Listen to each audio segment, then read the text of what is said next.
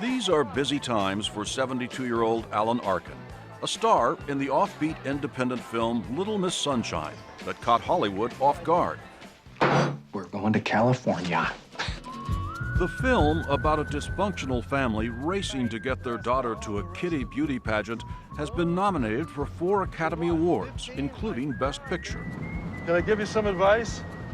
And Arkin for Best Supporting Actor as the heroin-addicted grandfather who's not going anywhere quietly. Dwayne, that's your name, right? Dwayne?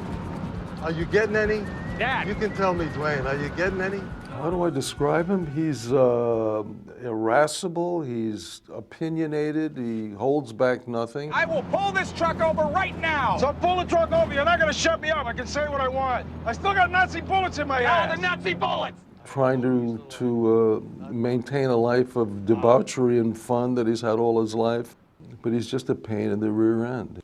When you're doing a character like this, do you lose yourself in the character? No, I think that's exactly who I am. It's a role Arkin almost didn't get. They thought I was too virile for the part, which is the best turn down I've ever gotten in my life. That's a cut. They are husband and wife directing team, Jonathan Dayton and Valerie Ferris. You know, he's just a vital guy, and I guess we weren't ready to see Alan Arkin as a grandpa, you know. When they heard Arkin loved the script, they reconsidered. he's a great dramatic actor, and he can be very truthful in his performance, but he's also obviously an incredibly funny person, and we needed both those things. Yeah, and a warmth. There's a warmth to him that was essential in terms of relating to his granddaughter. I don't want to be a loser. You're not a loser. Where'd you get the idea you're a loser? Because Dad hates losers. Whoa. Back up a minute. You know what a loser is? A real loser is somebody that's so afraid of not winning, they don't even try. Now, you're trying, right? Yeah. Well, then you're not a loser. When Little Miss Sunshine debuted at the Sundance Film Festival, no one knew what to expect. I thought it was going to tank. I said, oh, God. I said, this is an intimate, small, wonderful little experience. And they're not going to, it's just too big a venue for it. And then they went crazy. Really crazy. Fox Searchlight grabbed the distribution rights for a record $10.5 million. Since its release last summer, the movie has pulled in nearly $60 million at the box office. The family road trip that is the story of Little Miss Sunshine starts here in New Mexico, which is Alan Arkin's real-life home, a refuge and getaway for the Brooklyn-born boy who grew up in Los Angeles, but is more comfortable here in the Southwest, far from either coast. And Arkin says it isn't just the natural beauty that energizes him. Well, I like to be in a place where there are different kinds of neuroses. In LA, there's just one, and in New Mexico, there's a lot of different kinds. So I get to move around them more fluidly. The LA neurosis is? Look at me. Pay attention to me. People first paid attention to Arkin, not for his acting, but for his singing, with a folk group called the Terriers. That's him in the middle. Just going to be a job that I did on weekends to earn some pocket money. And within a couple of months after joining the group, we had a hit record that took us around the world for a couple of years. What was your hit song? Our hit song was, oh God, I'm so tired of talking about this. Our hit was the Banana Boat song.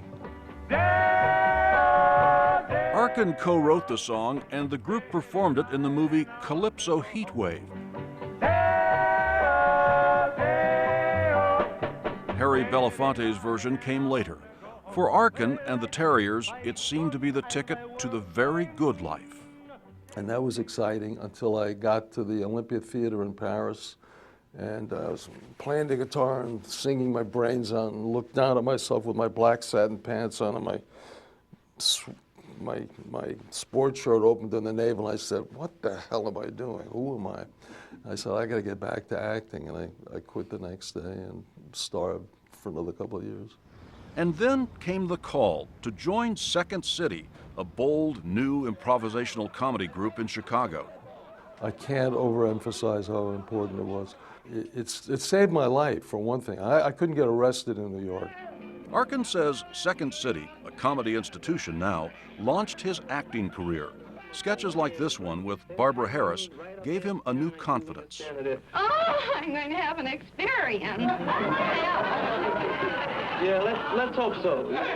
Hollywood took note. His first film role brought him his first Oscar nomination, Best Actor, What is your name? as the lead Russian in The Russians Are Coming. The Russians Are Coming. You help us get boat quickly, otherwise there is World War III, and everybody is blaming you. 2 years later, a second Best Actor nomination as the deaf-mute in The Heart is a Lonely Hunter. Say please. Arkin terrorized Audrey Hepburn in Wait Until Dark. Please. No, that's not quite it. Please, may I give you the doll? And battled the military bureaucracy as Captain Yossarian in Catch-22. In order to be grounded, I've got to be crazy. And I must be crazy to keep flying. But if I ask to be grounded, that means I'm not crazy anymore and I have to keep flying. You've got it. That's Catch-22. Arkin was on a roll, and he was miserable. For the first, I guess, 30 years of my life, 35, acting was my reason for living. And if I wasn't acting or watching acting or talking about it, I felt like I didn't exist. Would you describe yourself as driven? No, I was, but I'm not anymore. What happened? Well, it started by going into therapy when I was in my late 30s. I'd achieved everything I'd ever wanted to achieve as an actor. Once I was off the set, I was just miserably unhappy, and I realized that there was something wrong. Congratulations. Though acting no longer defines him, it remains his passion. I've always had just a deep need to be with a group of people where everything is working and everybody's on the same page, like what happened with Little Miss Sunshine. Everybody push! When a movie has that kind of sense of community, the audience knows it.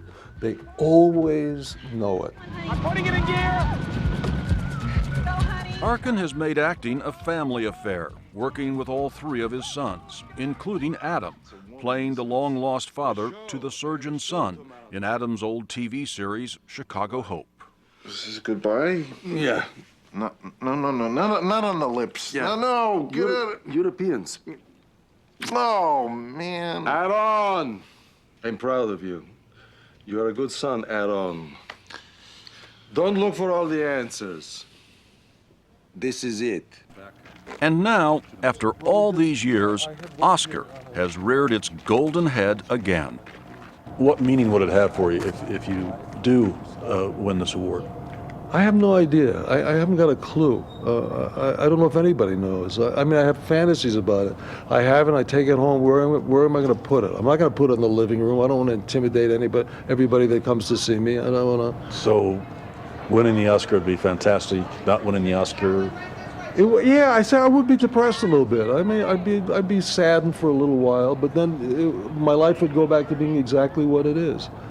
I like my life. I love my wife. I love my kids. I love my grandchildren. I have wonderful friends. I get to see this every day.